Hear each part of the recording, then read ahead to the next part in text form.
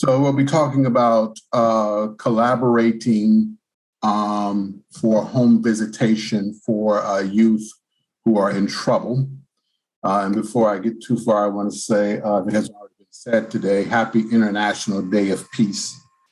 And the quote that you see there, peace does not happen, we build it, is we call her Ceci, a colleague and friend of mine who actually lives and works in another city. And you can see her website there.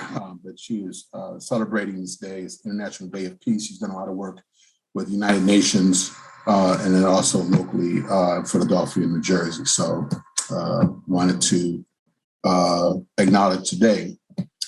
A little bit by way of just introduction to me, Elder Mark V. Scott. I'm the associate pastor of the Azusa Christian Community. And we have affiliation internationally with the Church of God in Christ. And elder is actually the title you get once you're ordained. I have served as the coordinator of Homefront. I am a member of the Violence Reduction Task Force, which meets at the Ella J. Baker House here in Boston. And then, as was mentioned, I have a day job, and that is at the Boston Public Health Commission in the Division of Violence Prevention, where I am the director. I'll be primarily speaking in my role as a member of the clergy. And of course, you know, I'm very influenced by my work in public health. I've been here for 4 years. Billy Evans mentioned this morning that I was the program director for the Neighborhood Trauma Team Network. That's what I've been doing for the last 4 years. And for the last 4 months, I've been in this new role. So, but I'll be sticking mostly to my role as a member of the clergy. So here's the problem that we've been working to address. And we've been doing this Operation Homefront since 1998. But on pause for a couple of reasons, which I'll get into later. Obviously, the pandemic has had an impact on our ability to do this. So I'm kind of coming at this from, while we're paused, what do we learn? What has been the experience? So Boston Public School students in trouble in school. It could be a fight, it could be sexting, it could be bringing a replica gun to school, threatening another student, being vulnerable to gang recruitment. So the school has some options. It can do nothing, sort of ignore it. It can call the police, expecting them to intervene with an arrest, or they can refer the concern to the Boston Police Department, the school police unit, for a home visit with a member of Boston's clergy. So let me say something about the school police unit, because I happen to think it's a brilliant construction within the BPD. So they are not what would be typically known as, school police who have been working historically for the Boston Public Schools as safety officers, actually always their title. This country has been through an upheaval because of George Floyd and the uprising, George Floyd et al. And the uprising. So that unit, as we speak, not the school police unit, but the officers, the personnel that are in the schools that work for the Boston Public Schools, they're being reimagined, I would say, to be resources, support for the students, and not, as I'm understanding it, so much in a policing role. The school police unit, which is where my partnership has been, they're Boston police officers. It's a small unit. They're in plain clothes. It's a very diverse unit in terms of gender, national origin. They have a lot of language skills. They want to be in this unit, and they tend to have a knack for how to interact with and work with young people. So those are our partners, and what we're doing is a home visitation. I'm going to say more about that, the action. So what we're doing is we're visiting with the parent and the student in their home to discuss the concern that would have brought us there, the fight, the gun, sexting, the possibility of gang recruitment threatening another student. So we want to discuss the concern and brainstorm ideas and supports for how we can have that negative action replaced with a positive action. We do this every Thursday, 6 p.m. Being on time being being the 11th commandment. For the police, it's not a search. There's going to be no arrest. Very, very limited Bible study and prayer. I'll say this anecdotally. Sometimes when you hear the concern, you're like, I just can't believe that kid did that. What? And you get in the house and you talk to the parent, you talk to the student, and you realize, oh, I see their logic. I see how you got to the wrong conclusion, but there's a logic to what you were doing. I get it. But what you didn't have was a wisdom. If you had more wisdom, more prudencia, more prudence, you might have negotiated that differently. And then that's when I launch into my conversation around the book of Proverbs or around the first Psalm. And then sometimes we have gone, and we don't go in to pray, but it has come up, and the parent will ask for it, or to be obvious from what you see in the house that it's something that they're amenable to. This is not something the police officers would jump into and leave, but they don't stop it, right? And so we have had that happen, and it can be very just healing, helpful in the moment for that family. This here, they're 15 minutes. That's what just to picture it. And I use this pyramid, open, narrow, close. So what you're doing is you're knocking on the door, introducing yourself, kind of broad, general. A lot of times we'll say friendly, it's the police. So we'll say friendly visit. And one of the things that's amazed me about this effort over all of these years is I kind of would have thought that we would have bet hostility, that parents would have been skeptical, that, they would have like, go away. Why are you knocking on my door in the evening? Rarely, almost never the case. It's always been, yes, come in, have a seat in the kitchen, have a seat in the living room. We need to talk. And the parent, and the students like, oh my gosh.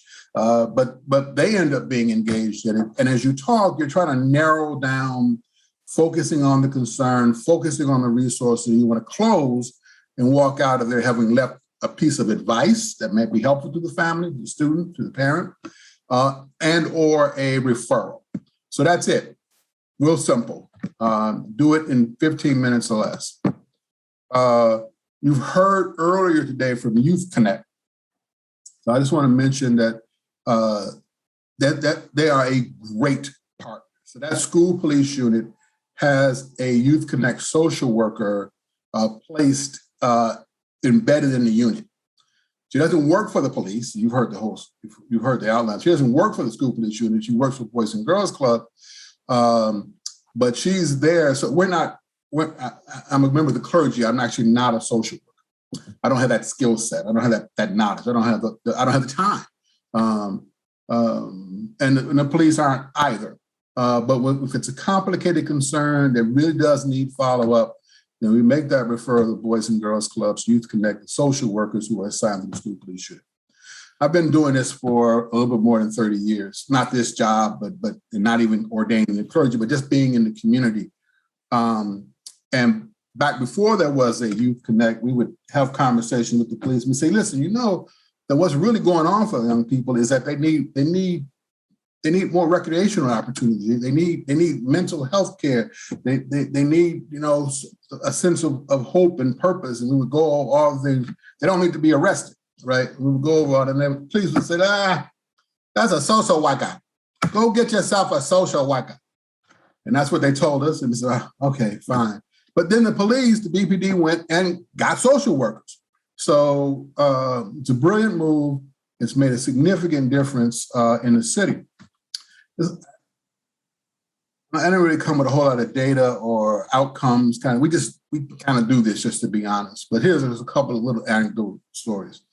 We had a Muslim student. This is not too long after 9/11. he was drawing pictures of planes flying in the skyscrapers. Teacher saw it, was concerned, was alarmed. She made the referral. She said, well, this is, it might be good if we went with an imam instead of Christian clergy. So we had an imam on the team. He went, the father answered the door. He understood how to enter a Muslim home in a respectful manner. They did that. They had the conversation. They unearthed what was really going on for the student. It addressed the problem solved, done. Students bringing the replica guns, if you haven't seen them, they look like real guns, very much like real guns. And so bringing this gun to school, again, actually one of the school safety officers saw it, made the referral, we did the visit, we're able to talk to the mother and father, and we're able to address that, go back to school, problem solved. So that's been the impact on youth. It's been an impact on me. I think it's had an impact on us. It's a way to build a practical partnership. It's something we're going to do Thursday at 6, home visit, 15 minutes, open, narrow, close. And it's practical. You can do it, right? It helps to build the relationship. And in building relationship, you're riding around with the police to go do the home visit. You're coming back to, the office. You're talking. And so now you're just naturally building relationships, greater understanding. Same for folk in the community. Here's another way of interacting with the police department. I want to say a little bit about the history.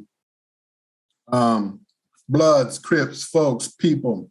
Those are big national structured gangs. Bloods, Crips, LA, folks, people, Chicago. In Boston here, not really, kind of a fake folk thing. It's the gang business is in the culture, right? It's in the music, it's on the internet, it's in social media. Kids pick it up, they're playing with it, but it's a dangerous thing to play with. Street worker who worked for the church saw that activity. I'm concerned. He goes, he checks in with a couple of law enforcement. Yeah, we're seeing it too. We've only seen one incident of violence because of it, but the kids are playing with this stuff. And so they come and they talk to the clergy. We got an idea. We got a problem. Kids are messing around with this stuff. We got an idea that's a solution. Let's go talk to them. Let's go to the schools and talk to them. Let's go visit the homes and talk to the parents. So the clergy said, sounds like a good idea. Let's do it. So that's how we started doing this. And then we said, well, we need to be meeting to make sure we're doing what we said we were going to do.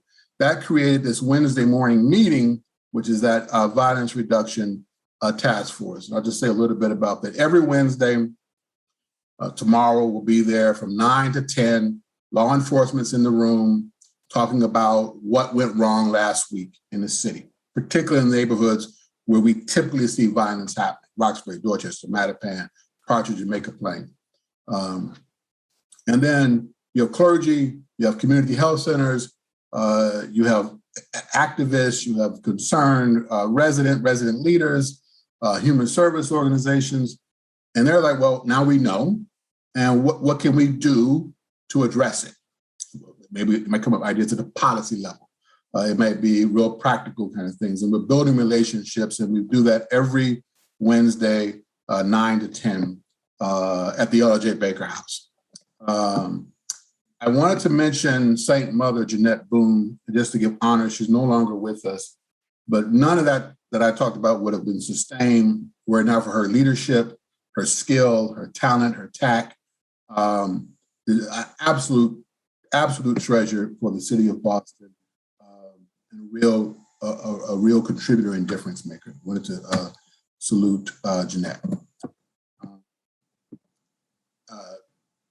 There's a Boston Globe article that talks about the Homefront and this violence in Boston down this summer. There's a video that talks about that Wednesday morning meeting. Boston has had a less violent summer than it had last summer by far.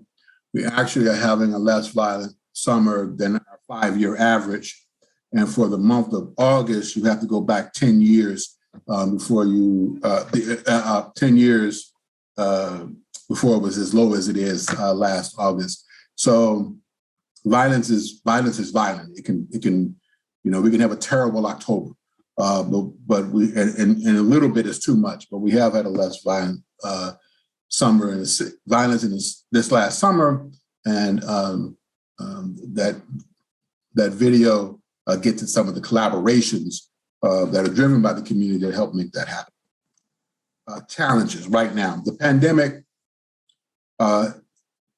disrupted, shifted everything. Same thing with George Floyd et al. And then all of the uprisings and a lot of very serious conversations and structural policy changes around policing. So the idea of police being in schools, police having a school police unit, a lot of that is now being challenged. And I think the solution to this conversation as we go forward from much needed reform is that home visitation is a good idea. It needs to be citywide, system-wide. You need to have a very clear way of why you get referred. There should be multiple providers doing it, inclusive of the police and clergy, but not just. Collecting data, doing the evaluation, and really working to build trusting relationships. City is driven by relationships. So the more trusting relationship we can build, the better we're going to do all of the work we're trying to do. And on that, I just wanted to mention the Boston Police Department Commissioner, William Evans, or Billy. I'm not a Bostonian by birth. I came here as an adult, 1984, June 12th, because I was stationed here in the United States Air Force in the base outside of the city. And when you come to any base, one of the first things they do is you're in processing, is they give you a briefing on where you're at, where you must not go, where you're recommended not to go. And so one of the things they said to us, this is a formal briefing, United States Air Force, brand new second lieutenant, you Blacks stay out of South Boston. Now, Billy Evans lives in South Boston. He's born, bred, raised, everything, lives in to this day, South Boston. So that's what I hear in 84 when I get here. A few years ago, I'm in South Boston at an Irish pub having beer and soda in my case with Billy and his brothers because we have built that relationship and because South Boston has changed. It's changed in many ways. There's a whole other conversation. But South Boston is a welcoming, hospitable place for me as a Black man.